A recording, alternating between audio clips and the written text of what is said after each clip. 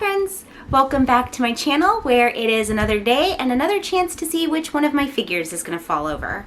Today I am doing a review of the next in the Crimson Dynamo wave of figures, working on building him up. We are working on the left arm figure today, so this is what he's looking like right now.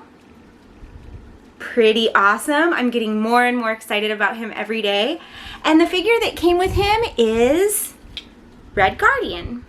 So here is a look at Red Guardian, also known as Alexei Shostakov, the former husband of Natasha, and essentially the Russian equivalent to Captain America, or at least their attempt to have their own a Captain America type figure.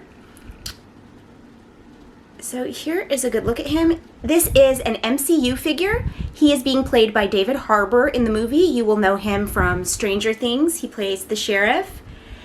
And I'm gonna get right to it. Very rarely, actually never, do I refer to the box when I'm doing a review. And there's a couple reasons for this. I know that lots of people, when they do their reviews, will do a full unboxing, talk about the packaging, and get into all of the details of how the toy is presented on the shelf. I don't do that for a couple of reasons. One, I like to try to keep my videos under a certain time, and I've actually been going a little bit over that lately. Two, the Marvel Legends packaging is pretty static. There really isn't much to talk about when you've seen one. Once we're in this collector sphere, we know what they've got to offer, we know what to expect, so typically there isn't much to talk about there. And as far as the unboxing goes, three, the reason I don't do that is because, you know, for me personally, I just don't love those type of videos. There's a lot of unnecessary background noise and steps to go through. It takes longer. Everybody knows what it's like to open a box, so for me personally, I usually ditch the packaging before my review. But for this one, I'm going to talk about the packaging because it is what has me annoyed with this figure more than anything else. There are two main beefs I have with this figure. We're going to start off with the first one that relates to the package. So David Harbour, the actor that is playing this character, got insanely popular with the explosion of Stranger Things, and I'm sure many of you love that show. I loved it. I loved him in it. I loved his character development and was super excited. I wasn't familiar with him before, so I was super excited to see him come to a new role, especially in the Marvel Universe, which you know that I'm a big fan of. So I couldn't wait to see what this character was going to be like. We got those first images, that teaser and preview, and the artwork on the box shows us pretty much spot on what we have seen thus far in the presentation of what we'll get in the movie, as far as what David Harbour, the actor, will look like in his role as Red Guardian. And this sketch, this drawing that is on the package here, looks just like that. When I started looking at reference materials from the comic book, I feel like this is quite a departure. But again, there are certain things that I understand changing to modernize and bring to the real world classic characters, so I'm not necessarily angry that they didn't stick to the original comic book rendering of this character, although I know lots of fans might be. What I'm agitated about is with this particular MCU toy, when they have a visual reference that looks this good and give us this bland, dull, nothing doing character with no hood. I looked at 100 different references. This is another character, as you guys I'm sure are getting to realize, I'm not familiar with a lot of what went on with Black Widow, although I'm interested now. But so I had to do a lot of research to just sort of get my feet wet with this character. And I don't think I could find, I think I found one reference image from maybe back at his first appearance where he's like redheaded with no hood on. But for the most part, he presents as the counterpart of Captain America, or even Guardian, who is another character that is similar, that I guess was the Canadian version. They're all wearing the hood. The idea is to sort of match Captain America. In every way that I could find out doing the research, this character is sort of a plot device, and it looks like he'll be used that way in the MCU. So, but the storyline doesn't lack intrigue. It doesn't lack interesting detail. And it's not that he himself is a boring character just because he only served to forward the story of Black Widow. And I don't feel like they're already giving us the service that we deserve with this figure. We see him in the hood in the preview, we see him in the hood on the packaging, and we get this boring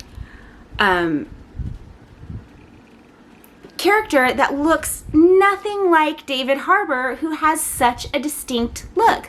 It blows my mind, especially since I just finished talking about the Yelena Belova figure, where the facial sculpt was so spot on, and the Bucky figure. I know that was a comic book figure, but the facial sculpt was so spot on. They clearly got the art reference available. What is this? Why did they give us this hoodless, featureless, boring figure? So honestly, this is going to be one of the first reviews that I do where I am just miffed at the whole thing, and honestly don't really have much to say. The changes that they made to the costume, again, I said I'm not married to this character or really familiar or a huge fan, so I'm not mad at that, but they're not super interesting. They did give us a nice textured look, which I appreciate. I really liked when they did that on Cap, so I guess there's no reason for me to not like it on Red Guardian. He comes with a shield, which is his only accessory. I think, being a counterpart to Cap, specializes in hand-to-hand combat, so that's okay. All of his points of articulation are fine. There's nothing unique. He has a utility belt with no weapons or anything, so it doesn't hinder his movement in any direction. He doesn't have any garters or weapons that affect the way that he moves. I noticed that he doesn't have as much movement here, or it's a little bit snappy, a little bit poppy, so it's kind of hard to get him between clicks without him clicking over. So that's a little strange. I did not appreciate that they didn't give him the belly. That was sort of the point that I got from the character in the preview with the teaser trailer, that he's like sort of a big guy loving life now and hasn't been in the uniform in a while, or the costume in a while, and when he puts it on, his belly is sticking out and he's like still fit. So you kind of get the idea that he's going to be this dark comic villain, which I love. I always love that type of character. They took zero advantage of that with this figure. I cannot get my head around why they wouldn't give him a hood. And for me, David Harbour, the feature that stands out about him the most are sort of his low brow and dark eyes, and they really capture that here. The hood does nothing but highlight that. And if it's an MCU figure and we're making all of these leaps and bounds with facial sculpts, why did they not give us that? It just doesn't make sense to me. So when I'm looking at this line where I've been so overwhelmingly pleased with everything, and again, there's nothing wrong with this figure. He moves the way he's supposed to. His points of articulation are fine. The suit is fine. It's nice and textured. I sort of like the dark red as opposed to like a cardinal red like I saw in the comic books. I really sort of appreciate that it feels more like a spy costume with it being a little bit more muted. So the coloring is cool. All of the detail on the suit is cool, but it just makes me crazy that they did not take advantage of using the advancements that they've made to improve the facial sculpts to use this incredibly recognizable actor's face. And the hood, it just, as you can see, I'm agitated. I'm annoyed by it. So I really just don't have much to say about this because of that. I feel like the basic advantages of having David Harbour as the actor, having these incredible concept sketches available, having everything ready to go, and giving us this very generic, very boring, straightforward, off-brand, as far as the Red Guardian goes, figure, it just sort of mystifies me, especially when the rest of the line has been overwhelmingly so spectacular. So I hate that I'm as frustrated and disappointed in this as I am, because This character has the potential to open up a lot for the MCU. We could be finding out about Winterguard after this. Who knows if they will kill him. In the comic books, he died pretty shortly after he was introduced. But, you know, that doesn't mean anything for the MCU. They have this incredible actor playing him. We don't really know what this movie is going to be about or how things are going to happen in it. And this is just a bummer figure. That's all I can say about it. I wish that they had given him a little bit more TLC.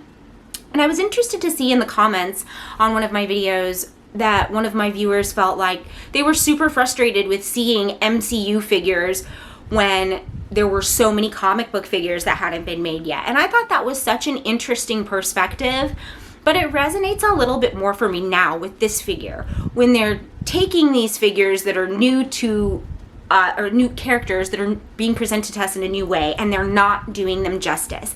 What is the point? Just give us the comic book version if that's how you're going to do it. That's how I feel. And that's really all I have to say about it. It's bothersome to me. I think that there is a lot of room for good customs on this. You could probably customize kind of an interesting cap, honestly. Who knows? I'm sure that there's a lot that could be, you know, done as far as photography goes, but overwhelmingly, this is the supervillain of the movie, I imagine. Or, you know, it's kind of hard to tell from the previews, but I'm disappointed. I expected more. I feel like we deserve more, and especially with the perspective that they're not giving us all of the comic versions that we'd like to see. When they give us a movie version for a character that we haven't gotten to see on screen yet, they better do it justice, and in this case, they just didn't. So that is my take on the David Harbour version of Red Guardian. I wish they had given us a better Alexi. I think they could have, and I don't really understand why they didn't. If you guys are loving this figure, tell me what you like about it. If you feel a little bit disappointed, if you're a big Red Guardian fan, tell me what you think, what you would have liked to see with this character. I'd really love to know, because when I was doing my research, I was interested in knowing more about him.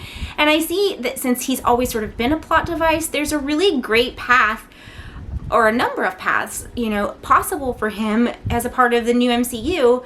But it almost feels like he's going to be a throwaway just because of the way they treated this figure design. So those are my thoughts on the Red Guardian. We are getting so close with this Crimson Dynamo. We have a right leg and a left leg, and then I will do a final review on the Build-A-Fig altogether. I'm really looking forward to getting this all completed and talking about how I feel about the build and the set as a whole.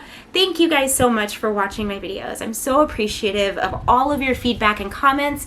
I'm trying to get better every day, and anything that you suggest or recommend or would like to see, I'm listening with open ears and ready to learn and grow and get better. So thanks so much for watching, and I will have another video for you day after tomorrow. That's Friday. Thanks guys. Have a good day. Bye.